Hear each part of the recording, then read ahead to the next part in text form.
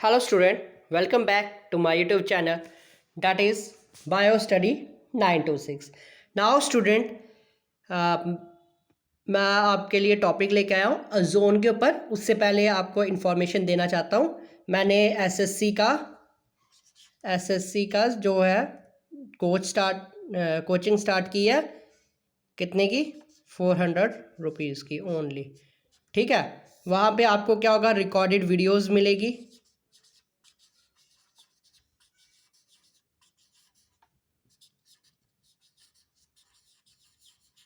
और साथ में पीडीएफ फाइल होगा, और साथ में हफ्ते में वीकेंड में क्या होगा, आपका डाउट सेशन होगा।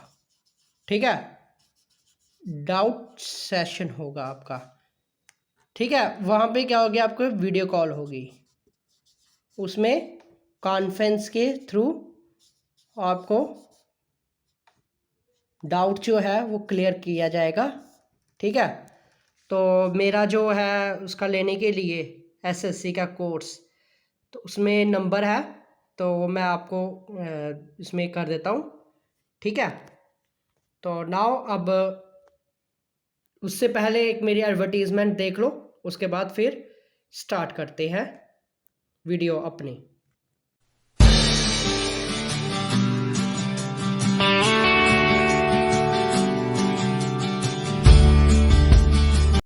नाउ स्टूडेंट, अब स्टार्ट करते हैं ओजोन के बारे में। ठीक है, पहले मैंने आपको मल्टीपल चॉइस क्वेश्चंस करवाए थे ओजोन लेयर पे। ठीक है, ये जो मेरा यूट्यूब चैनल है बायोस्टडी 926, इसको सब्सक्राइब करना मत भूलना, और ज़्यादा से ज़्यादा शेयर करो वीडियोस जितनी हो सके। ठीक है, तो पहला क्वेश्चन जो है, इसकी डेफिनेशन क्या है ओजोन की। पर ओजोन लेयर से पहले हम ओजोन के बारे में पढ़ेंगे। ओजोन होता क्या है और उसका स्ट्रक्चर क्या है, आईयूपैक नेम क्या है, ठीक है, सिस्टमेटिक आईयूपैक नेम क्या है, उसके बारे में सब कुछ पढ़ेंगे। पहले हम डेफिनेशन पढ़ते हैं। Ozone is an inorganic molecule. ये कौन सा है? Inorganic molecule. ये याद रखना, क्या है ये? Inorganic molecule. आपसे मल्टीपल चॉइस क्वेश्चन में पूछ सकते हैं ओजोन क्या, कौन सा मॉलिक्यूल है, ऑर्गेनिक या इनऑर्गेनिक? हमने क्या बोलना है? Inorganic molecule. With the chemical formula क्या है? O3। ये याद रखना, O3 जो है इसका फार्मूला है। ठीक है, it is an allotrope of oxygen. ये क्या है? इसका एलोट्रोप है ऑक्सीजन का, O का। ठीक है, ऑक्सीजन का क्या है? ये एलोट्रोप है। ठीक है, ozone is formed from dioxygen, मतलब दो एटम किसके? ऑक्सीजन के। ठीक है, by the action of ultraviolet rays. इसमें क्या होगा? अल्ट्रावायलेट रेज एक्ट करेंगी। ठीक है, and electrical discharges with in the earth's atmosphere. जैसे सपोज ये अर्थ है, ठीक है, यहाँ से सन है, ये सन की क्या आई? रेज आई। ठीक है, अर्थ एटमॉस्फेयर, अर्थ को कवर करने के लिए एक क्या होती है हमारी? O2 होती है, ऑक्सीजन। ठीक है, अंदर कर लो या बाहर कर लो। ठीक है, तो क्या होगा कि यहाँ पे अल्ट्रावायलेट रेज होगी, यहाँ से जाएगी, इसके ऊपर एक्ट करेगी। ये ओजोन O3 है, जो हमें क्या करती है? प्रोटेक्ट करती है अल्ट्रावायलेट रेज से। और ये अल्ट्रावायलेट रेज हमें क्या करती है? नुकसान क्या पहुँचाती है? स्किन कैंसर करती है। ठीक है, ये पूछ सकते हैं आपको क्या कर सकती है अल्ट्रावायलेट रेज? हमें कौन सा हार्म पहुंचा सकती है, कौन से डिजीज लगा सकती है? Skin cancer, lung cancer. ठीक है, वो मैंने करवा दिया हुआ मेरा मल्टीपल चॉइस क्वेश्चन में। ठीक है, उसमें क्या था? स्किन कैंसर था। हार्मफुल इफेक्ट जो है अल्ट्रावायलेट रेज का क्या है? Skin cancer. तो ये यहाँ पे एक्ट करेगी इसके ऊपर। ठीक है, तो यहाँ पे अर्थ एटमॉस्फेयर में क्या होगा कि थंडरिंग होंगी लाइट की, इसकी चार्जेस होती है पॉजिटिव और नेगेटिव। ठीक है, नेगेटिव या पॉजिटिव, ये जो चार्जेस होती है इसमें होते हैं। इसकी वजह से क्या होगा कि क्या हो जाएगा? हमारा ओजोन बनेगी, ये पूरी लाइन बनेगी। और ये किस कलर की होती है? पेल ब्लू गैस होती है, पेल ब्लू कलर की होती है गैस, जो ये पूरे अर्थ को कवर करती है। ठीक है, क्या है?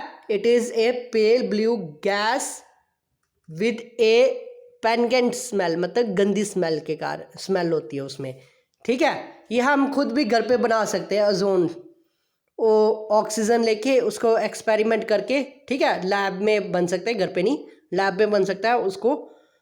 तो इसका क्या होता है, डायग्राम क्या होती है ओजोन की, this one, O single bond, ठीक है, ये जो डैश डैश डैश बॉन्ड है ये टूटा हुआ बॉन्ड है, ठीक है। और ये भी, इसके जो एंगल होते हैं किसमें, ओ में और ओ में, दोनों के एंगल कितने होते हैं, 116.8 डिग्री होता है इसमें। ये जो है इसका स्ट्रक्चर है किसका, ओजोन का, देख लिया आपने, ये ऊपर पॉजिटिव, ये नेगेटिव, ये नेगेटिव, इसके जो एंगल होते हैं ये आपसे पूछ सकते हैं कि कितने डिग्री होती है, इसमें 116.8 डिग्री होता है, ठीक है। ये है दिस वन इसका स्ट्रक्चर, ठीक है, ओजोन का। क्योंकि यहाँ पे क्या है, 1 2 2 2, ठीक है। तो क्या हो गया, ये जो एक है ना ये इधर से आ गया, ठीक है, तो क्या हो जाएगा, यहाँ से डॉट डॉट खत्म हो जाएगा, तो ये डबल बॉन्ड हो जाएगा। डबल बॉन्ड हुआ तो जैसे अब इसको क्या किया, डबल बॉन्ड को हटाया तो क्या कर दिया, अब इधर इधर डॉट डॉट लगा दिया, इधर लगा दिया, ठीक है, ये हट गया। पहले ये जो इधर गया था, ठीक है, अब फिर यहाँ से वापिस इधर आया, तो यहाँ से वापिस इधर आया, मतलब ये जो है ये वापिस आ गया, ठीक है, ये इधर गया, ये इधर गया, ठीक है।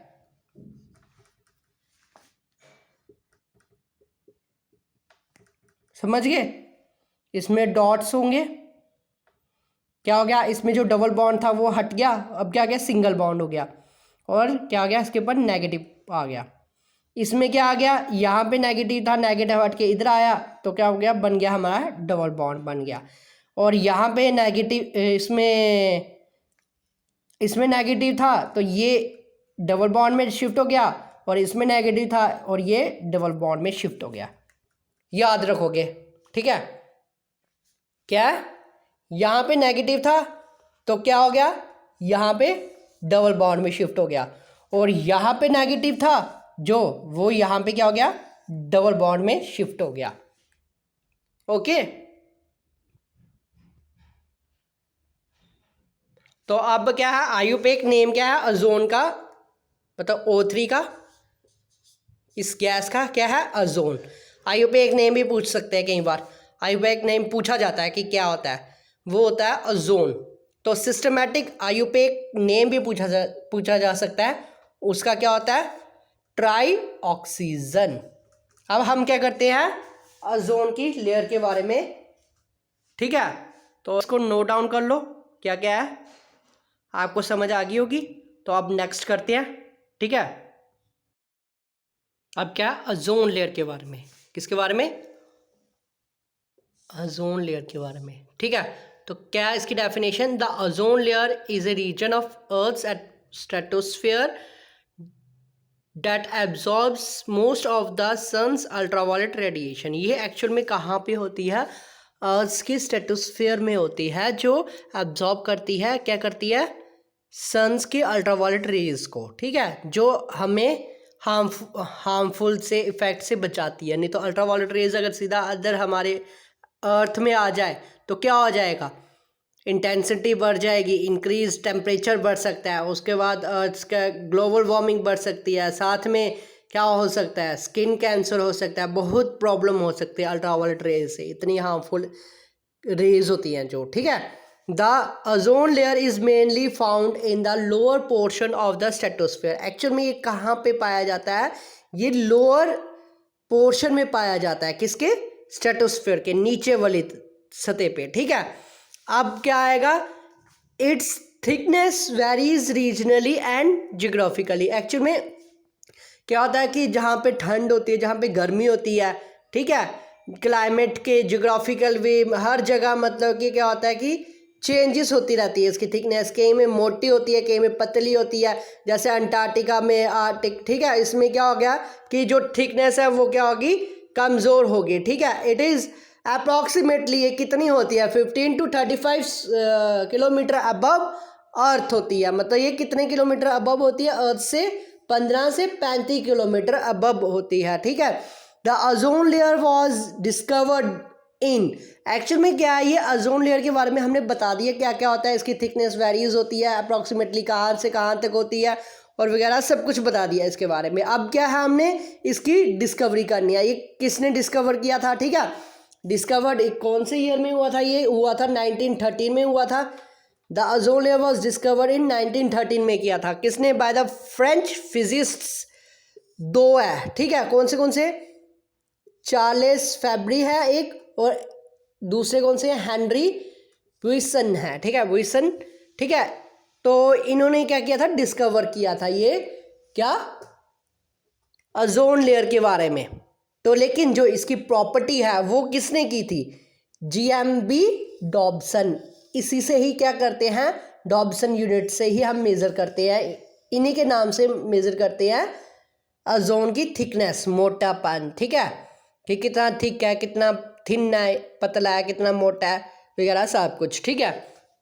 अब क्या है, it's property was explored in detailed by British metrologist GMB Dobson, ठीक है, जीएमबी डॉब्सन इन्होंने किया था। ये मेट्रोलॉजिस्ट एक्चुअल में क्या होते हैं, जो नीचे से ही स्ट्रेटोस्फेयर या किसी के एटमॉस्फेयर के बारे में प्रिडिक्शन करते हैं, स्टडी करते हैं, ये मतलब कि उसका एटमॉस्फेयर के बारे में, उसके हर एक चीज़ के बारे में पढ़ते हैं, उसी को बोलते हैं मेट्रोलॉजिस्ट, मतलब कि थ्रू ग्राउंड से करते हैं ये, ठीक है। The measurement unit for measures the amount of ozone layer, मतलब मेजरमेंट यूनिट कौन सी, जो मेजरमेंट यूनिट है किसके लिए, measures the amount of ozone layer की मेजरमेंट के लिए, ठीक है, उसको क्या कहेंगे, डॉब्सन यूनिट कहेंगे। इसी इन्हीं के नाम से क्या किया गया, यूनिट डिस्कवर की गई है, ठीक है, यूनिट डाली गई है, उस पर नाम डाला गया हुआ, ठीक है, जीएमबी डॉब्सन के नाम पे ही डॉब्सन यूनिट नाम रखा गया है, क्योंकि उनके ऑनर्स में इनको सम्मान देने के लिए।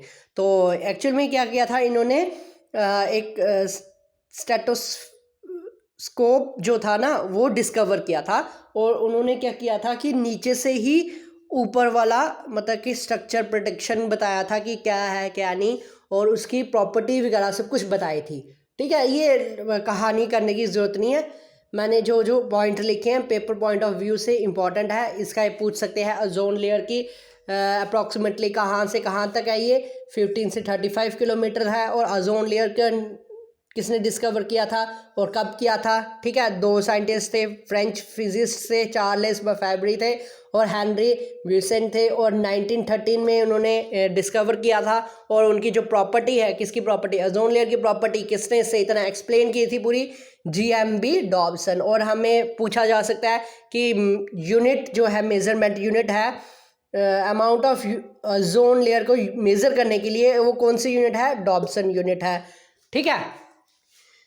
ये कुछ है थोड़े से किसके बारे में, ओजोन लेयर के बारे में ओवरव्यू, ठीक है। अब क्या करते हैं, ओजोन लेयर की डिप्लीशन करते हैं कि ओजोन लेयर डिप्लीट कैसे है, क्या नहीं, उसके बारे में, ठीक है। नोट डाउन कर लिया आपने, ठीक है, फिर करो अब मैंने क्या बोला था, ओजोन लेयर डिप्लीशन। एक्चुअल में ओजोन लेयर डिप्लीशन को क्या बोलते हैं, ओजोन होल, ठीक है, दिस वन होल, ठीक है। अब क्या है, the ozone layer can be depleted by free radicals. Actual में ये किसके द्वारा डिप्लीट होता है, किसके द्वारा होता है, फ्री रेडिकल्स के द्वारा। याद रखना कौन से फ्री रेडिकल्स होते हैं, कैटलिस्ट जो होते हैं, जो जल्दी ही मिक्स हो जाते हैं, मिल जाते हैं, ठीक है, और उसको तोड़ते हैं, ओजोन O3 को तोड़ते हैं, इस चीज़ को तोड़ते हैं, ठीक है। अब क्या है, वो कौन सी है, नाइट्रिक ऑक्साइड है NO, ठीक है, नाइट्रस ऑक्साइड है N2O, हाइड्रोक्सिल है OH, एटॉमिक क्लोराइन है Cl, एटॉमिक ब्रोमाइन है Br, ठीक है। ये सभी है कौन से याद रखना, 1 nitric oxide, 2 nitrous oxide, 3 hydroxyl, 4 atomic chlorine, 5 atomic bromine. ठीक है, ये 5 है। ठीक है, आपको एक्चुअली में कई क्वेश्चंस में पूछे जा सकते हैं कि कौन से किसके द्वारा हो सकता है, नाइट्रस ऑक्साइड के द्वारा ऑप्शंस दे देंगे। इनमें से पांचों में से अगर कोई पांचों में से एक भी हुआ तो उसको टिक लगा देना, बाकी को नहीं लगाना। ठीक है, बाकी आपको और कुछ भी बोल सकते हैं, नाइट्रोजन डाइऑक्साइड बोल सकते हैं एंड ठीक है, आपको कंफ्यूजन करने के लिए NO2 डाल सकते हैं। ठीक है, ये डाल देंगे या सिंबल और कोई डाल देंगे, एटॉमिक क्लोराइड का Cl2 डाल देंगे, ये नहीं करना। ठीक है, इस पे नहीं मार्क करना। कौन सा है ये, इसके एटॉमिक नंबर भी देख लो, एटॉमिक नंबर नहीं सॉरी एटॉमिक साइन जो होते हैं, कौन से N2O OH, एटॉमिक क्लोराइन क्या है Cl। ठीक है, इसको Cl से रिप्रेजेंट करते हैं, और एटॉमिक ब्रोमाइन को क्या बोलते हैं Br। बाय 2009 में एक्चुअल में क्या हुआ था, जो नाइट्रस ऑक्साइड है ना, कौन सा नाइट्रस ऑक्साइड, उसको क्या बोलते हैं N2O। ये जो थे ना, ये सबसे ज़्यादा जो है ना ओजोन डिप्लीटिंग सब्सटेंस बन गया ODS। ठीक है, ये सबसे ज़्यादा बन गया ओजोन डिप्लीटिंग सब्सटेंस। ये पूछा जा सकता है आपको कि 2009 में या 2009 में आपको कि किस फ्री रेडिकल जो है वो ओजोन डिप्लीटिंग सब्सटेंस ज़्यादा बन गया, कौन सा बन गया, कौन सा नाइट्रस ऑक्साइड बन गया। ठीक है, किस फ्री रेडिकल कैटलिस्ट के द्वारा ज़्यादा ओजोन डिप्लीशन हुई, किसके द्वारा हुई, नाइट्रस ऑक्साइड की ठीक है, इसकी ये जो था ना मेन जो कारण था नाइट्रस ऑक्साइड ही था, इसके द्वारा हुआ। ठीक है, अब क्या है, emitted through human activities. Actual में ये ह्यूमन एक्टिविटीज़ के कारण हुआ, क्योंकि इसने क्या किया, क्लोरोफ्लोरोकार्बन्स होते हैं, बाकी जो चीज़ें होती हैं अपने जो जैसे फ्रीज़र में होता है, ठीक है, फायर एक्सटिंग्विशर में, सब में मतलब कि इन्होंने यूज़ करने स्टार्ट किया, ह्यूमन एक्टिविटीज़ फैक्ट्रीज़ में इंडस्ट्रीज़ में बनाने स्टार्ट किए, तभी तो हुआ ना। तो अब क्या है, ये नासा ने एक्चुअल में हमें दिया, ठीक है, कि अगर क्लोरोफ्लोरोकार्बन अगर यूज़ करना बंद नहीं हुआ तो हमारी ओजोन कितनी तरह से डिप्लीट होगी, वो देखो।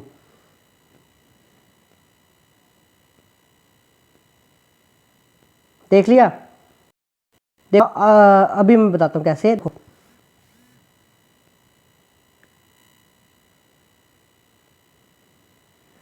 1974 में कैसी थी ओजोन, 1994 में, 2009 में देखो ओजोन डिप्लीट हो रही है, 2020 में डिप्लीट हो रही है थोड़ी थोड़ी, फिर 2040 में हो रही है, 60 में, फिर ऐसे करके इतनी डिप्लीट होगी कहने की बात नहीं। अब क्या है, the break down of ozone layer in the stratosphere. Actual में क्या होता है, जब ये टूटता है, हमने बता तो दिया कि टूट गया, डिप्लीटिंग हुआ, डिप्लीटेड हुआ है, किसके द्वारा हुआ है, इसके द्वारा हुआ है। जब टूटता है ओजोन लेयर क्या करता है, ठीक है, इन रिजल्ट्स इन क्या करता है, रिड्यूस्ड एब्जॉर्प्शंस ऑफ यूवी। क्या होता है, यूवी रेज को एब्जॉर्ब जो करता है ना, वो कम मात्रा में करता है, कम मात्रा में मतलब ज़्यादा नहीं करता। तो जिसके कारण क्या होता है कि अल्ट्रावायलेट रेज जो होती है वो हमारे अर्थ के अंदर आ जाती है, ठीक है, जिसके कारण क्या होता है कि हमारे ऊपर, हमारे क्लाइमेट के ऊपर, सबके ऊपर इफ़ेक्ट करता है, बहुत ज़्यादा इफ़ेक्ट करता है, ह्यूमन के ऊपर इफ़ेक्ट करता है।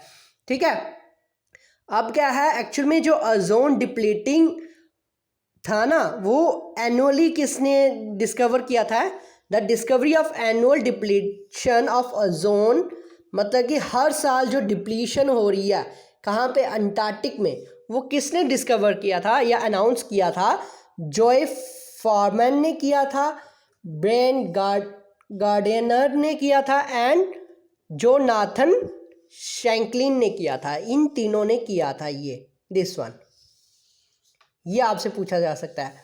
और ये कहाँ पे किया था, कौन से पेपर में किया था? नेचर में।